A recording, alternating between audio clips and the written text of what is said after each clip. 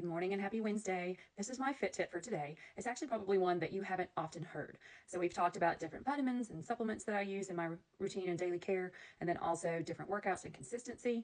And we've talked about nutrition and what I put in my body.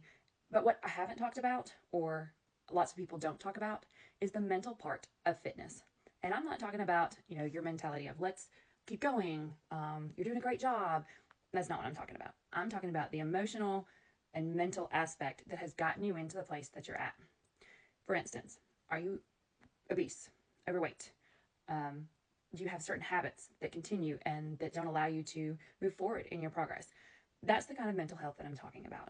For me personally, for an example, being overweight, almost 300 pounds, I had gastric bypass surgery and I lost 110 pounds, but then I gained more than half of it back. You know why? Because I didn't take care of the mental part of weight loss.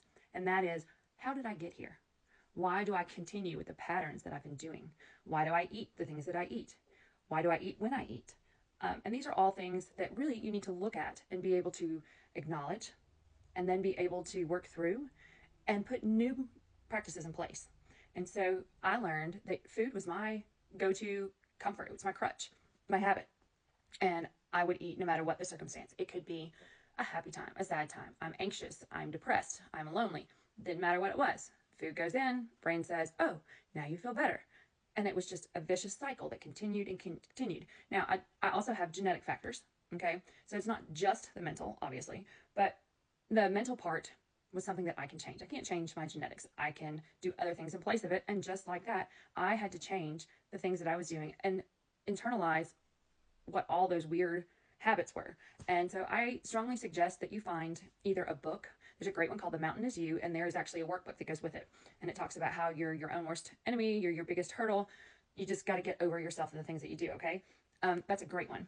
I'll Start Again Monday. That's another good one. I encourage you to look into why you are where you are and why you're stuck and can't move forward, or why we're overweight and we can't lose weight, or we lose the weight, but it just comes back on. And that's the thing. You've got to actually deal with it, process it, and change it to be able to make lifelong, lasting changes.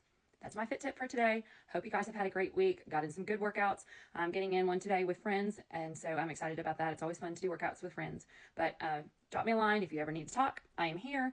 Tell me what you've got going on, what the rest of your week looks like, what your goals are, and how you're doing on your journey. Have a great day.